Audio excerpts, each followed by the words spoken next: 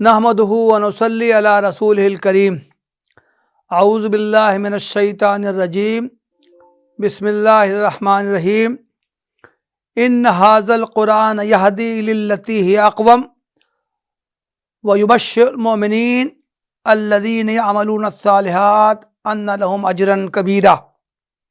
یہ قرآن اس چیز کی طرف رہنمائی کرتا ہے جو بہترین ہے اور وہ ایمان لانے والوں کو بشارت دیتا ہے جو کہ اچھے اعمال کرتے ہیں کہ ان کے لیے بڑا اجر ہے۔ محترم بزرگوں، بھائیوں، دوستوں، قرآن مجید کے تعلق سے مسلمانوں کے مختلف رویے۔ پہلا رویہ ان کا یہ ہے کہ تمام مسلمانوں کو قرآن مجید سے گہری عقیدت پائی جاتی، ان کے دلوں میں اس کا انتہائی ادب و احترام پایا جاتا ہے۔ ان کا یہ عقیدہ ہوتا ہے، یہ ایمان ہوتا ہے کہ قرآن مجید اللہ تعالیٰ کی کتاب ہے، اللہ تعالیٰ کی طرف سے نازل کی گئی ہے، اس لیے وہ انتہائی ادب و احترام، انتہائی عقیدت کی مستحق ہے۔ اسی وجہ سے مسلمانوں کا رویہ یہ ہوتا ہے کہ اگر کسی موقع سے قرآن مجید کے بارے میں کسی شخص کی طرف سے بے ادبی، اہانت اور توہین کا مظاہرہ ہو تو وہ آگ بگولا ہو جاتے ہیں، ان کی غیرت جوش مارنے لگتی ہے۔ ہم سب جانتے ہیں، ہم سب دیکھتے ہیں کہ فرقہ وارانہ فسادات کے موقع پر یا اس کے علاوہ اور کسی موقع پر کوئی بدبخت شخص قرآن کی توہین کر دیتا ہے، مسجد میں گھس کر قرآن کے نسخوں کو جلا دیتا ہے، پھینک دیتا ہے، اور یہ چیز مسلمانوں کے مشاہدے میں آتی ہے تو ان کا غصہ دیدنی ہوتا ہے، بہت زیادہ وہ چراغ ہو جاتے ہیں۔ تو قرآن مجید سے مسلمانوں کی یہ محبت و عقیدت یہ فطری ہے، لیکن اس کے ساتھ مظہر ہے وہ یہ کہ عملاً ان کا قرآن کریم سے کوئی تعلق نہیں ہوتا۔ ان کے دل میں تو قرآن مجید کی عقیدت رچی بسی ہوتی ہے، لیکن عملاً قرآن سے ان کے ربط و تعلق کا کسی طرح کا مظاہرہ نہیں ہوتا ہے۔ قرآن مجید کے تعلق سے مسلمانوں کا دوسرا رویہ ہے وہ یہ ہے کہ وہ بے سمجھے بوجھے زیادہ سے زیادہ قرآن پڑھنے کی کوشش کرتے ہیں۔ مسلمانوں کی بہت بڑی تعداد ہے جو روزانہ قرآن کریم کی تلاوت کرتی، ایک پارہ، دو پارہ، تین پارہ، ایک پارے سے کم آدھا پارہ۔ زیادہ تر مسلمانوں کی کوشش ہوتی ہے کہ وہ قرآن کریم کا کچھ نہ کچھ حصہ ضرور اس کی تلاوت کریں، لیکن ان کی یہ تلاوت بے سمجھے بوجھے ہوتی ہے۔ وہ قرآن مجید کا کم حصہ پڑھیں، اوسط حصہ پڑھیں، زیادہ حصہ پڑھیں، وہ بغیر سمجھے بوجھے پڑھتے ہیں۔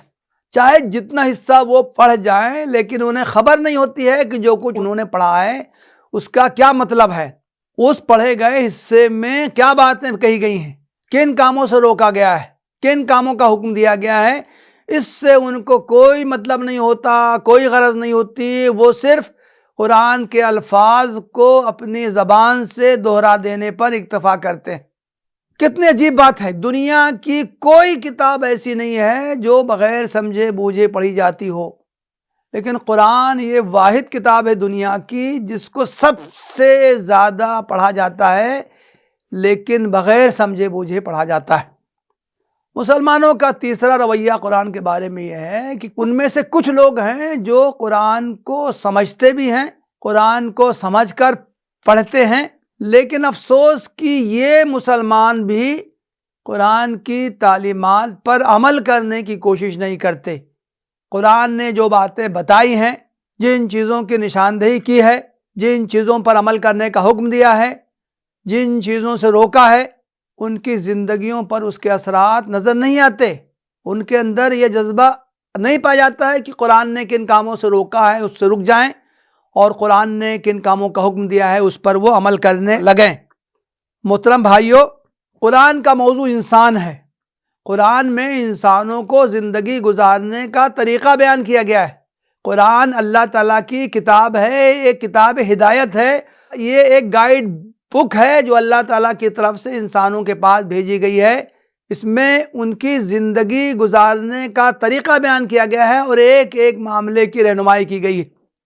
قرآن کریم دنیاوی زندگی اور اخروی زندگی دونوں کا تصور پیش کرتا ہے، حیات دنیوی اور حیات بعد الممات دونوں کا تصور پیش کرتا ہے۔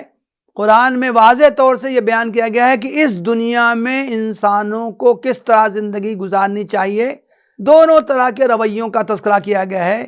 جو لوگ اس طرح کی زندگی گزاریں گے وہ مرنے کے بعد کی زندگی میں وہ عیش و آرام کی زندگی انہیں حاصل ہوگی، اور وہ اللہ تعالیٰ کے اجر و انعام سے بہرہ ہوں گے، اس کا اجر و انعام جنت کی شکل میں انہیں حاصل ہوگا۔ اور جو لوگ اس دنیا میں فلاں طریقے سے زندگی گزاریں گے، ایسے کام کریں گے جو اللہ تعالیٰ کی ناراضی کو دعوت دینے والے ہیں، تو مرنے کے بعد کی زندگی میں ان کو اس کے انجام سے دوچار ہونا پڑے گا، ان کو اس کی سزا ملے گی، اور اللہ تعالیٰ کی سزا کا مظہر جہنم ہوگی جس میں کہ ان کو ڈالا جائے گا۔ تو گویا کہ قرآن کریم اخروی زندگی اور دنیاوی زندگی دونوں کا تصور پیش کرتا ہے، اور دنیاوی زندگی کے بارے میں بھی قرآن کریم میں واضح ہدایات ہیں۔ اگر قرآن کی تعلیمات پر عمل کیا جائے گا تو انسانوں کی دنیاوی زندگی بھی بہتر ہوگی، یہاں وہ امن و چین و سکون کی زندگی گزاریں گے، اور عیش و آرام کے ساتھ یہاں ان کو رہنا نصیب ہوگا۔ یہ بات بھی قرآن کریم میں تفصیل سے بیان کی گئی۔ میں صرف ایک آیت پیش کرتا ہوں۔ حضرت نوح علیہ السلام نے جب اپنی قوم کے سامنے دعوت پیش کی تو انہوں نے یہ فرمایا کہ اگر تم ان تعلیمات پر عمل کرو گے، اللہ تعالیٰ کی اطاعت کرو گے، اپنی کوتاہیوں پر اس سے معافی مانگو گے، تو اللہ تعالیٰ تم کو دنیاوی سہولیات بھی عطا کرے گا۔ انہوں نے فرمایا استغفروا ربکم، لوگو اپنے رب سے مغفرت چاہو، اپنی کوتاہیوں پر اس سے معافی چاہو، انہ کان غفارا، وہ ضرور تمہیں بخش دے گا، یرسل السماء علیکم مدرارا، وہ تو تمہارے اوپر خوب بارش کرے گا، وَيُمْدِدْكُمْ بِأَمْوَالٍ وَبَنِينَ وَيَجْعَلْ لَكُمْ جَنَّاتٍ وَيَجْعَلْ لَكُمْ أَنْهَارًا، وہ تو تمہارے لیے نہریں جاری کرے گا، تمہارے لیے باغات کو پیدا کرے گا، وہ تمہیں مال و دولت سے نوازے گا، وہ تمہیں آل و اولاد عطا کرے گا۔ تو گیا کہ انہوں نے دنیاوی نعمتوں کا بھی تذکرہ کیا کہ اگر اللہ تعالیٰ کی اطاعت کے کام کرو گے تو تم ان چیزوں سے بھی نوازے جاؤ گے۔ محترم بھائیو دوستو، قرآن کریم کے بارے میں حضرت عمر ابن الخطاب رضی اللہ عنہ کا ایک جملہ بہت مشہور ہے۔ ایک موقع پر انہوں نے لوگوں سے خطاب کرتے ہوئے فرمایا، ان اللہ یرفع بہذا الکتاب اقواما ویضع بہ آخرین، اللہ تعالیٰ تو اپنی اس کتاب کی بدولت کچھ لوگوں کو اوپر اٹھاتا ہے، کچھ لوگوں کو نیچے گراتا ہے، کچھ لوگوں کو بلندی عطا کرتا ہے، کچھ لوگوں کو وہ پستی میں وہ ڈھکیل دیتا ہے۔ گویا کہ جو لوگ قرآن کی تعلیمات پر عمل کرتے ہیں، اس کے احکام کو بجا لاتے ہیں اور اس کی ہدایات کو قبول کرتے ہیں، اللہ تعالیٰ ان کو اس دنیا میں بھی عزت و عظمت سے نوازتا ہے، اور جو لوگ قرآن کریم کی ہدایات و تعلیمات پر عمل نہیں کرتے ہیں ان کو اللہ تعالیٰ اس دنیا میں بھی پستی میں گرا دیتا ہے۔ محترم بھائیو، قرآن کریم کا ایک نمایاں ترین وصف یہ ہے کہ قرآن کریم انسانوں کے مسائل کو حل کرتا ہے۔ دنیاوی زندگی میں جو مشکلات اور پریشانیاں جو پیدا ہوتی ہیں، جن مسائل سے انسان دوچار ہوتے ہیں، اگر قرآن کی تعلیمات کو پیش نظر رکھا جائے اور ان پر عمل کیا جائے تو وہ مسائل حل ہو سکتے ہیں۔ یہ مسائل عالمی سطح کے بھی ہو سکتے ہیں، اور خود ہمارا ملک جن مسائل سے دوچار ہے ان میں بھی اگر قرآن کریم سے رہنمائی طلب کی جائے تو وہ مسائل حل ہو سکتے ہیں۔ آج پوری دنیا میں قتل و غارت گری کا بازار گرم ہے۔ طاقتور جو ہے وہ کمزور کو دباتا ہے، اس کو زندگی کے حق سے محروم کرتا ہے، اس پر ہر طرح کا ظلم و جبر برپا رکھتا ہے، یہاں تک کہ بے دریغ قتل کر دیتا ہے۔ ہم سب کی نگاہوں میں ہے کہ چاہے افراد ہوں، چاہے وہ قبائل ہوں، چاہے وہ ممالک ہوں، جو طاقتور ہیں جو وہ کمزوروں پر ہر طرح کا ظلم و ستم برپا رکھتے ہیں۔ قرآن کریم کی واضح تعلیمات ہیں، من قتل نفسا بغیر نفس او فساد فی الارض فکأنما قتل الناس جميعا، کسی ایک شخص کو بھی اگر کسی نے ناحق قتل کیا فتنہ و فساد کے مقصد سے تو اس کا تو یہ جرم اتنا بھیانک ہے کہ گویا کہ اس نے تمام انسانوں کو قتل کر دیا۔ وَلَكُمْ فِي الْقِصَاصِ حَيَاتٌ يَا أُولِي الْأَلْبَابِ، اے لوگو جو عقل و دانش و بینش رکھتے ہو، بدلے میں تمہاری زندگی. جس نے ظلم کیا ہے وہ اس بات کا مستحق ہے کہ اس کی سزا دی جائے. آج عالمی سطح پر سماجی طور سے اونچ نیچ پایا جاتا ہے. قرآن نے تمام انسانوں کے درمیان مساوات کو لازم کیا ہے. یا ایھا الناس انا خلقناکم من ذکر و انثی وجعلناکم شعوبا وقبائل لتعارفوا ان اکرمکم عند اللہ اتقاکم. مال و دولت کے بارے میں انسانوں کے درمیان بہت اونچ نیچ پائی جاتی ہے. کوئی شخص، کوئی قوم، کوئی ملک لاکھ پتی، کروڑ پتی، ارب پتی، ٹریلینئر ہے، اور دنیا کے کتنے انسان ہیں جو کہ بھوک مری کا شکار رہتے ہیں. مال و دولت کے معاملے میں بھی انسانوں کے درمیان اونچ نیچ پائی جاتی. قرآن نے جو معاشی نظام کا تصور پیش کیا ہے وہ بھی عدل پر مبنی ہے. قرآن کہتا ہے کہ لا یکون دولۃ بین الاغنیاء منکم.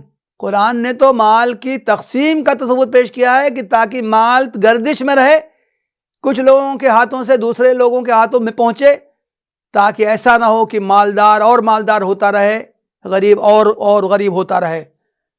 جنسی تسکین کے معاملے میں ہمارے سماج میں افراط و تفریط پائی جاتی ہے. عالمی سطح پر کچھ لوگ جو ہیں وہ رہبانیت کے علمبردار ہیں. وہ کہتے ہیں کہ جنسی جذبے کو جتنا مارا جائے، دبایا جائے، کچلا جائے، اسی میں انسانیت کی معراج ہے. کچھ لوگ کہتے ہیں کہ ہر طرح کے انسان کو آزادی، جس طرح چاہے وہ جدھر منہ اس کا اٹھے ادھر چلا جائے، وہ جہاں چاہے وہ منہ مار لے، جس طرح چاہے اپنی جنسی خواہش پوری کر لے. قرآن نے اس کے بارے میں بھی اعتدال پر مبنی تصور پیش کیا ہے. وہ رہبانیت کا سخت مخالف ہے. وہ کہتا ہے وَرَهْبَانِيَةٍ ابْتَدَعُوهَا مَا كَتَبْنَاهَا عَلَيْهِمْ. یہ تو رہبانیت ان لوگوں نے خود ایجاد کر لی تھی، ہم نے اس کو ان پر لازم نہیں کیا تھا. اسی طرح قرآن بے محابہ آزادی کو توڑتا ہے اور اس سے وہ روکتا ہے. عورت کے مقام و مرتبہ کے بارے میں بھی افراط و تفریط پائی جاتی. ایک طرف تو بے محابہ آزادی دے دی گئی ہے کہ عورت جس طرح چاہے اس کی آزادی پر قدغن نہیں لگایا جا سکتا، دوسری طرف عورتوں کو ہر طرح کے حقوق سے محروم کیا جاتا ہے. قرآن نے جو سماجی زندگی کا جو تصور پیش کیا ہے وہ بھی اعتدال پر مبنی ہے. قتل جنین ہمارے ملک کا ایک سنگین مسئلہ ہے. رحم مادر ہی میں جنس کی شناخت کر کے اگر وہ لڑکی پرورش پا رہی ہے تو اس کو مار دیا جاتا ہے. اس بنا پر خود ہمارے ملک میں جو تعداد ہے مردوں کی، عورتوں کی، اس میں لڑکوں کی، لڑکیوں کی، اس میں فرق پایا جاتا ہے. قرآن قتل جنین کی سخت مذمت کرتا ہے. وَإِذِ الْمَوْءُودَةُ سُئِلَتْ بِأَيِّ ذَنبٍ قُتِلَتْ. جب قیامت میں زندہ درگو لڑکی سے پوچھا جائے گا کہ آخر اس کو کس جرم میں مارا گیا. آج کل ہمارے ساتھ کسانوں کا مسئلہ زوروں پر ہے، ان کو ان کے بنیادی حقوق سے محروم کیا جا رہا ہے. اس تعلق سے بھی قرآن نے واضح رہنمائی پیش کی ہے. محنت کرنے والوں کو، کام کرنے والوں کو ان کے حقوق ملنے چاہیے، ان کو محروم نہیں کیا جا سکتا. محترم بھائیوں، قرآن مجید کے بارے میں ایک غلط فہمی عام ہے. دوسرے بھی قرآن کو مسلمانوں کی کتاب سمجھتے ہیں اور خود مسلمان بھی قرآن کو اپنی کتاب سمجھتے ہیں کہ یہ تو مسلمانوں کی مذہبی کتاب ہے. حالانکہ صحیح بات یہ ہے کہ قرآن تمام انسانوں کی کتاب ہے. چنانچہ قرآن مجید میں کثرت سے آیات ایسی ہیں جن میں یا ایھا الناس سے خطاب کیا گیا ہے، اے لوگوں. تو گویا کہ قرآن کا خطاب تمام انسانوں سے، تمام اللہ کے بندوں سے ہے. وہ خطاب کرتا ہے اور ان کے مسائل کو حل کرتا ہے. اسی طرح قرآن کا خطاب اہل ایمان سے بھی ہے. یا ایھا الذین آمنوا، اے لوگو جو ایمان لائے ہو، اے لوگو جو ایمان کا دعویٰ کرتے ہو، ان کو خطاب کر کے بھی قرآن ان کو ہدایت دیتا ہے، تعلیمات دیتا ہے. تو گویا کہ قرآن کو صرف مسلمانوں کی ایک مذہبی کتاب سمجھنا بھی غلط ہے. قرآن اللہ تعالیٰ کی کتاب ہے جو اس نے انسانوں کی طرف بھیجی ہے. انسانوں کے لیے یہ ہدایت نامہ ہے، اور اسی طرح اس میں انسانوں کے جملہ مسائل کا حل پیش کیا گیا ہے. اگر قرآن کی تعلیمات پر عمل کیا جائے تو اس سے انسانوں کے دنیاوی مسائل بھی حل کیے جا سکتے ہیں. وآخر دعوانا ان الحمدللہ رب العالمین.